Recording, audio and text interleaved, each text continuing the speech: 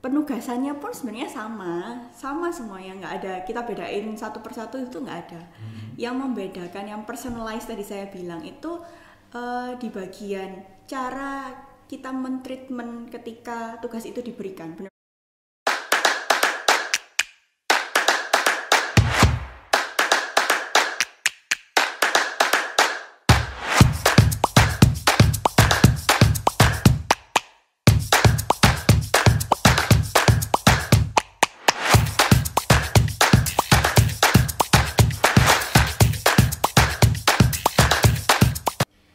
UC People, kali ini kita kedatangan seorang dosen dari Culinary Business Universitas Ciputra yang menurut saya berhasil mengelola pembelajaran di Departemen Culinary Business di Ciputra University ini. Ya, jadi beliau hadir di sini untuk sharing tentang bagaimana beliau menghadapi masa-masa pandemi ini, ya, di mana di culinary business dituntut untuk banyak praktek. Gitu. So kita akan dengarkan kiat-kiatnya dan selamat datang Bu di acara podcast ini. Ya, Terima kasih Pak Lucky. Thank you. Kita ingin ngobrol-ngobrol Bu, gimana Ibu mengelola pembelajaran, khususnya yang menarik itu tentang memberikan tugas, ya, sehingga mahasiswa ini bisa terlibat begitu, mereka aktif dan bahkan menghasilkan sesuatu ketika belajar di mata kuliah yang Ibu ampu. Oke, boleh Pak. Nanti saya akan sharing sedikit lah ya. Baik. Oke, yang pertama Bu, mata kuliah apa yang Ibu ajar di? Kebetulan mungkin yang saya bisa sharing kali ini pengalaman yang periode lalu ya Pak, karena sudah pernah saya jalani, jadi tahu plus minusnya juga gitu. Mata kuliah food service. Jadi di situ memang mahasiswa diminta untuk praktek gitu, kemudian prakteknya tetap lebih banyak daripada teori sebenarnya. Jadi challenging buat kita sendiri sih untuk ngajarin dan memberikan tugas yang mana harus disampaikan secara full online saat itu ya. Kayak gitu sih. Ada berapa jumlah mahasiswa yang ikut waktu itu Bu? Kebetulan waktu itu dibagi jadi 4 kelas ya. Terus mahasiswanya sekitar 80-an gitu. 80 ke atas lah Pak, seperti itu.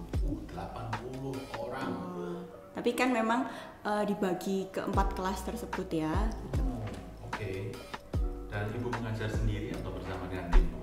Pastinya kalau di prodinya kami, Tourism Culinary Business itu banyak jalannya tim teaching Pak. Jadi karena kami tahu kalau praktek itu mahasiswa butuh perhatian yang personalized gitu kadang.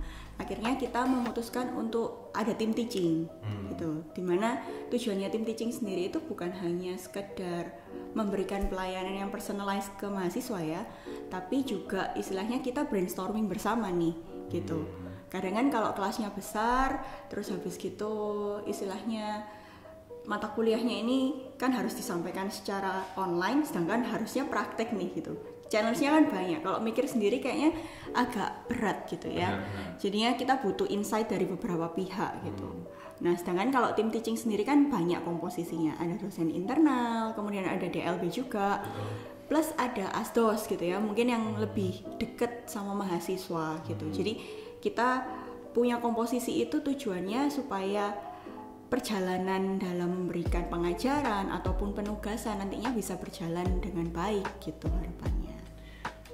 Nah, ada 2 kata yang menarik dari pembicaraan kita,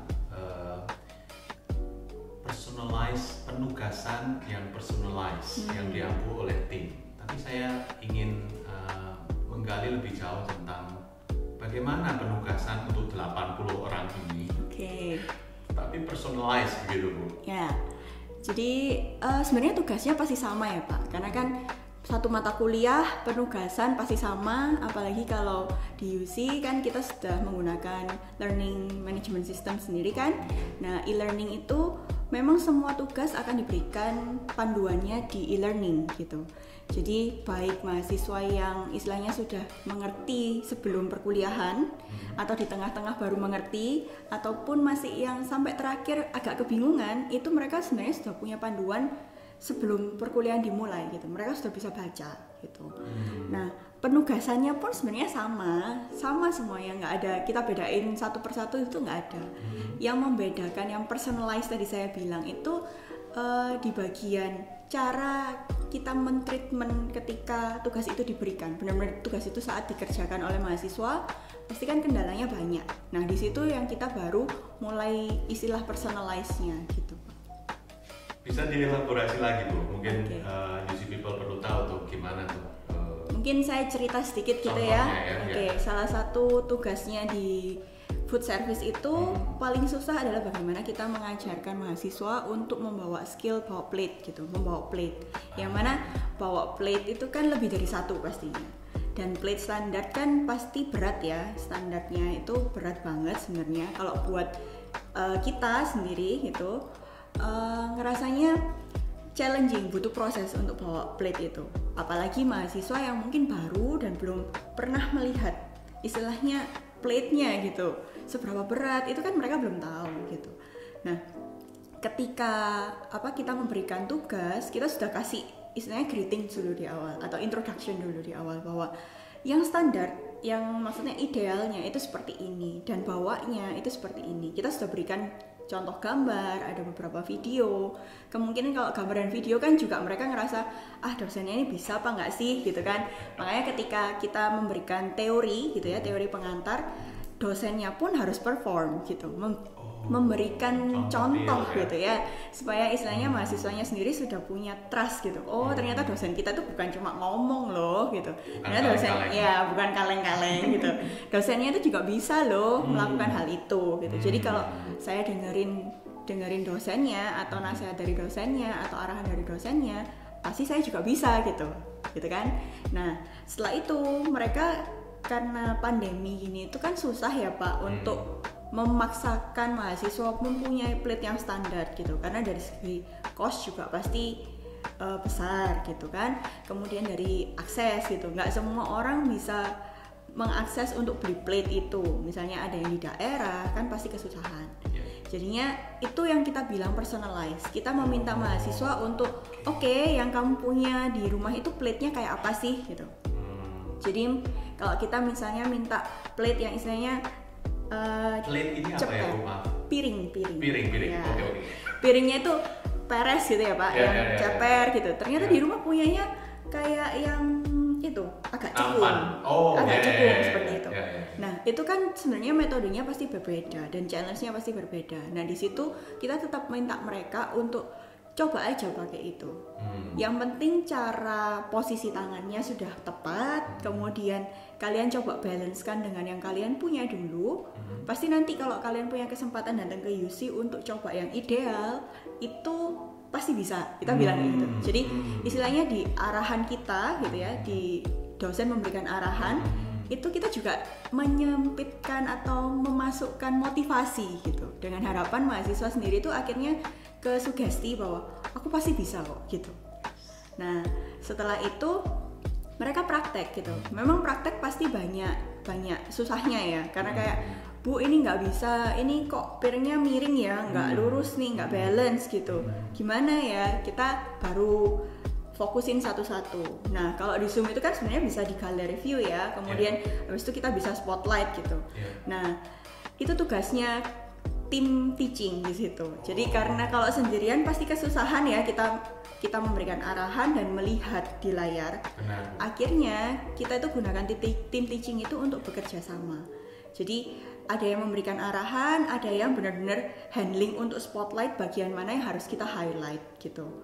Jadi kasus yang ada di perkuliahan yang kita diskusikan selama praktek di Zoom itu adalah dari mereka sendiri. Jadi bukan kita yang membuat kasusnya, tapi kasus dari mereka sendiri. Ada yang miring, kemudian plate-nya ada yang unik banget gitu kan. Nah, itu yang kita coba highlight, terus kita bahas untuk kita benarkan. Jadi harapannya mahasiswa yang plate-nya itu lebih biasa atau lebih standar, piringnya lebih standar, itu berarti harusnya lebih bisa dong dari temennya yang menggunakan sesuatu yang lebih unik gitu. Seperti itu sih. Oke. Nah, ini kan sebuah proses belajar begitu ya. Tentu mahasiswa perlu mendapat feedback apakah plating tadi yang salah satu contohnya itu sudah berhasil mereka capai gitu, target plating itu pembawaan plate itu sudah tercapai. Itu gimana memberikan feedbacknya atau menilainya? Jadi kita pasti minta mereka untuk baca dulu. Jadi sebelum perkuliahan kita minta mahasiswa untuk membaca istilahnya tutorialnya gitu. Melalui apa ya? Melalui e-learning pastinya. Nah, setelah itu, setelah mereka membaca e-learning gitu ya, mereka berarti tahu apa yang harus di-prepare, kemudian caranya yang paling standar seperti apa. Jadi mereka bisa latihan dulu lah at least di rumah sebelum kita Zoom gitu ya.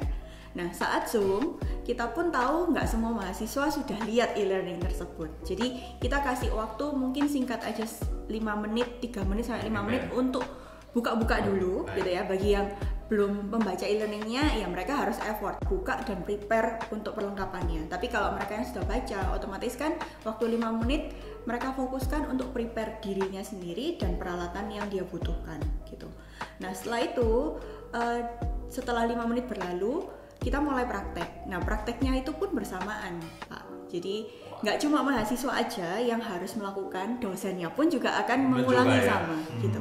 Jadi kita ajarkan step by stepnya. Plate yang pertama harus diletakkan di sebelah mana, posisi tangan seperti apa, seperti itu kan. Jadi memang bersamaan dengan dosennya melakukan. Nah, itu juga gunanya tim teaching ya Pak. Jadi satu ada yang bantu untuk nge-shoot gitu supaya memfokuskan part mana yang harus diperhatikan, yang satunya mempraktekkan gitu. Nah, kalau mereka ada kendala, kita langsung handling. Jadi handlingnya ya tugasnya yang dosen yang nggak perform gitu ya. Itu yang melihat gitu dan menginfokan kepada dosen yang perform tadi. Oh, ini banyak anak yang masih posisinya tangannya salah, berarti dosennya akan mengulangi lagi. Posisi tangannya harus seperti ini, plate-nya diletakkan sebelah sini gitu ya. Jadi memang kerjasama dosen itu dibutuhkan ketika proses itu. Nah, untuk meng-highlight satu persatu gimana? Ya, satu step kita lakukan, kita analisa dulu. Dan kita tunjukkan, ini loh teman kalian sudah benar itu yang ini. Jadi kita spotlight beberapa teman yang memang sudah melakukan hal yang tepat gitu. Kalau yang nggak tepat, mereka pasti akan menyesuaikan gitu ya. Jadi role modelnya bukan hanya dosen, tapi dari mahasiswa sendiri gitu. Nah, setelah itu next step kita sudah oke semua, kita masuk ke step yang kedua, berarti plate yang kedua harus diletakkan di mana gitu. Nah, itu berlangsung sampai proses itu akan berulang ya Pak. Proses yang tadi saya ceritakan itu akan berulang sampai di tahap yang terakhir gitu, membawa full setnya itu. Nah, kalau sudah bisa bawa full set, apa yang harus dilakukan? Coba kalian steadykan gitu, bisa nggak nih bertahan dengan posisi itu gitu. Tapi kan pasti ada yang ngerasa, Bu ini plate saya itu ringan, jadi ya gampang gitu kan. Terus ada juga yang, Bu plate saya ini beda-beda semua nih tiganya, terus harusnya gimana gitu. Ini pasti ada yang miring salah satu.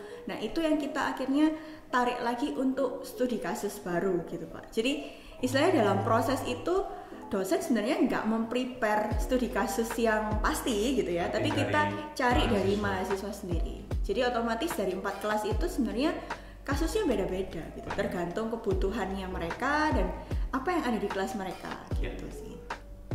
Jadi proses refleksi mahasiswa ini aku nggak kurang pas ya Pak. Dia bisa menilai kinerjanya begitu, baru kita berikan feedback begitu ya Pak. Iya. Dan pastinya gini Pak, kalau misalnya namanya manusia pasti pingin merasa diapresiasi ya. Jadi kalau teman-teman yang lain yang sudah benar, kita kasih apresiasi. Tujuannya bukan hanya merendahkan, istilahnya membuat teman lain yang belum bisa itu down, bukan seperti itu. Tapi dengan memberikan apresiasi, harapannya mahasiswa yang belum bisa itu menjadi termotivasi untuk, masa sih teman saya bisa loh, saya kok nggak bisa gitu. Dan ternyata ekspektasinya kita itu dengan melakukan hal itu juga cukup berhasil. Jadi kelasnya sebenarnya lebih hidup dibandingkan sebelumnya. Jadi kalau sebelumnya dulu kita balik lagi ke offline, terkadang itu tuh jadinya agak apa ya, krik-krik gitu kelasnya. Karena kan dosennya misalnya cuma 2 atau 3, sedangkan mahasiswanya kan banyak. Dan interaksinya kan pasti langsung direct ya Pak, nggak bisa kalau di Zoom. Kita kan kalau di Zoom memang direct lewat gadget, tapi kita bisa mengcover semuanya asalkan koordinasi antar dosennya dan bagaimana kita mengkomunikasikannya itu dengan baik ke mahasiswa gitu sih Pak. Kalau dari pengalamannya kita ya. Menarik. Oke, demikian secara singkat kita bisa memotret apa yang terjadi di culinary business ya. Banyak orang pesimis di masa pandemi ini, apakah bisa pembelajaran yang sifatnya praktek itu dilakukan. Tetapi dari obrolan kita dengan Ibu Ivana, ternyata di culinary business Universitas Ciputra praktek itu bisa dijalankan. Bahkan yang tadinya role model itu hanya bisa dilihat secara langsung, terbukti di sini role model yang dilakukan oleh mahasiswa itu justru menginspirasi mahasiswa lainnya untuk melakukannya. Hal yang menarik adalah ketika pembelajaran praktek online ini dikemas dalam bentuk penugasan, maka perilaku dosennya juga berubah begitu ya. Mereka perlu menggarap satu kolaborasi di antara dosen. Jadi dikatakan ada yang mencoba mengambil gambar, kemudian mempraktekkan, sehingga apa yang dikerjakan dan direncanakan dosen ini bisa diterima oleh mahasiswa, bahkan mereka terinspirasi dan terlibat secara utuh di dalam proses pembelajaran itu. So di culinary business di Universitas Ciputra, praktek itu bukan halangan. Penugasan yang sifatnya praktek itu bukan halangan, dan ini sudah dibuktikan oleh Ibu Ivana selaku dosen yang mengampu mata kuliah di sini. Baik, terima kasih sekali. Terima kasih Pak Lutfi Ivana untuk waktunya. Terima kasih juga atas kesempatannya. Kita berikan salam ke UC People. UC People, salam entrepreneur.